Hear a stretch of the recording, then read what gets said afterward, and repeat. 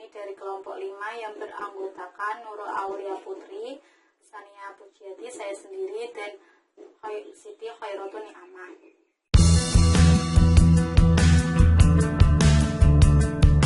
Sini akan mempresentasikan tentang variabel sampling dan atribut sampling.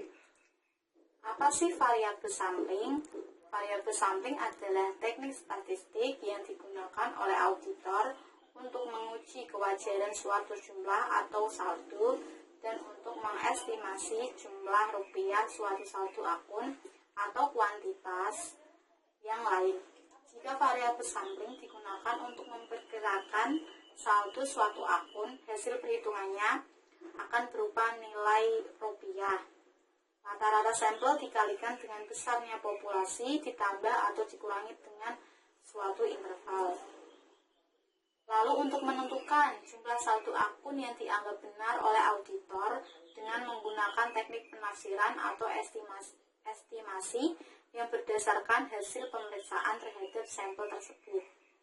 Yang kedua, untuk menentukan apakah auditor dapat menerima bahwa perbedaan antara jumlah yang ditafsir dengan jumlah yang bersangkutan di dalam buku secara material benar atau menolaknya sebagai suatu yang secara material dianggap keliru.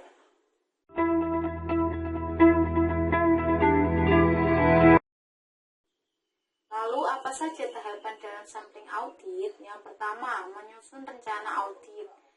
Yang kedua, menetapkan jumlah unit sampel. Yang ketiga, memilih sampel. Yang keempat, menguji sampel. Yang kelima, mengestimasi keadaan populasi. Yang keenam, membuat simpulan hasil dari audit.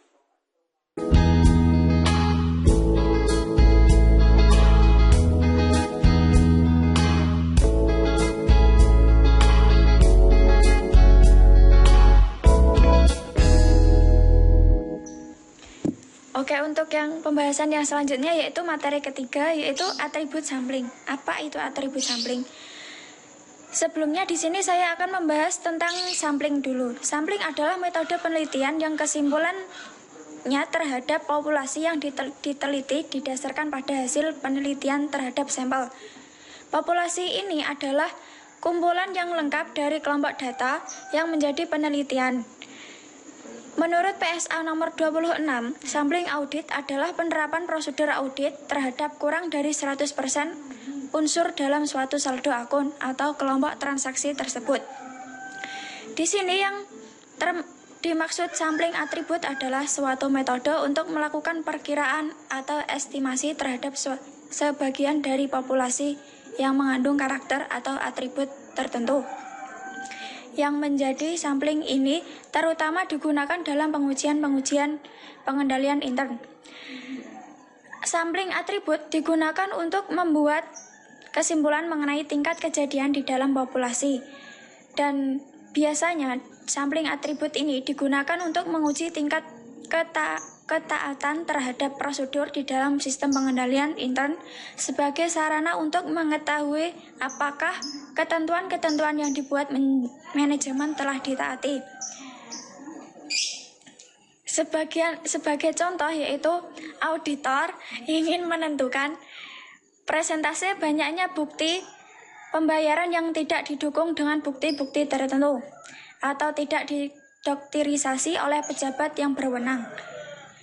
Untuk menguji pengendalian intern tersebut, auditor dapat menggunakan salah satu dari 3 metode, yaitu sampling, estimasi atribut, sampling sekuensial, dan yang terakhir yaitu atribut sampling keputusan atau sampling temuan. Oke, untuk materi yang selanjutnya yaitu materi keempat yang akan dijelaskan oleh Mbak Putri.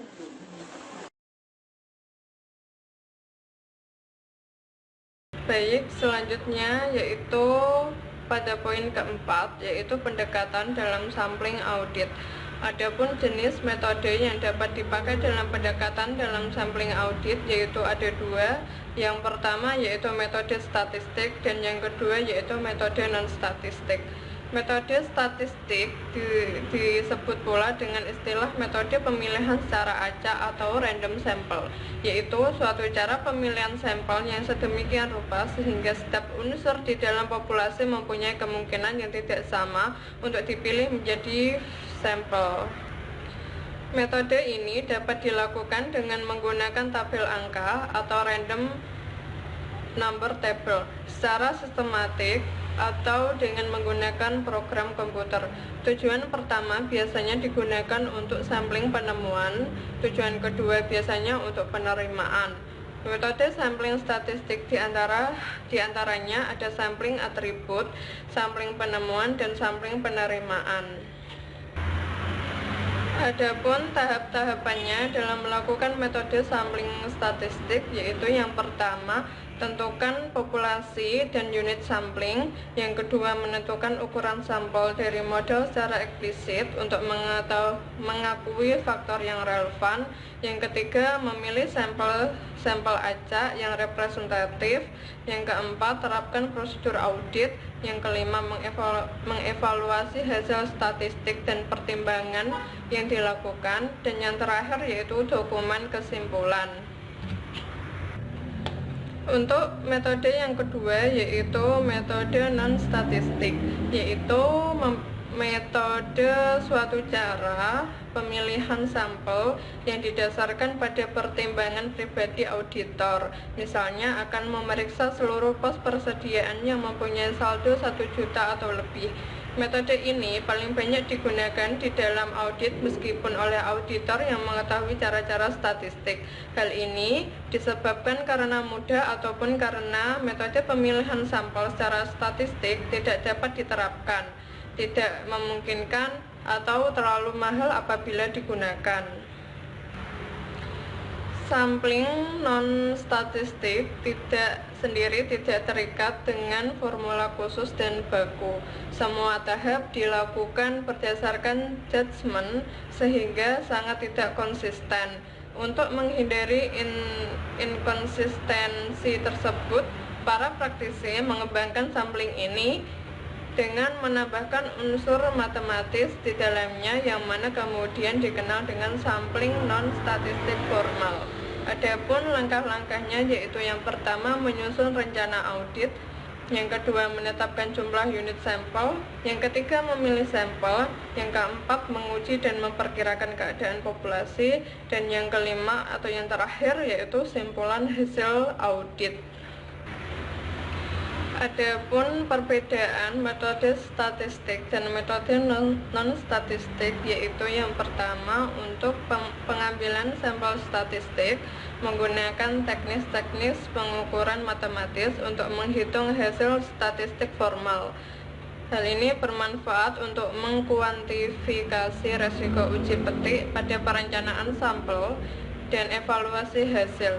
Hanya cocok untuk sampel probabilitas atau tiap unsur populasi mempunyai kesempatan yang sama untuk terpilih. Dan yang kedua yaitu pengambilan sampel non-statistik memiliki unsur-unsur sampel yang diyakini dapat memberikan informasi yang berguna pada populasi tersebut, dan keputusan yang diambil lebih berdasarkan pertimbangan, yaitu atau lebih sering disebut dengan judgmental sampling. Baik, materi sudah kami sampaikan semuanya. Bagi teman-teman yang belum paham dan jika ingin menanyakan perihal tentang materi kami, dipersilahkan. Kami akhiri presentasi pada pagi hari ini. Wassalamualaikum warahmatullahi wabarakatuh.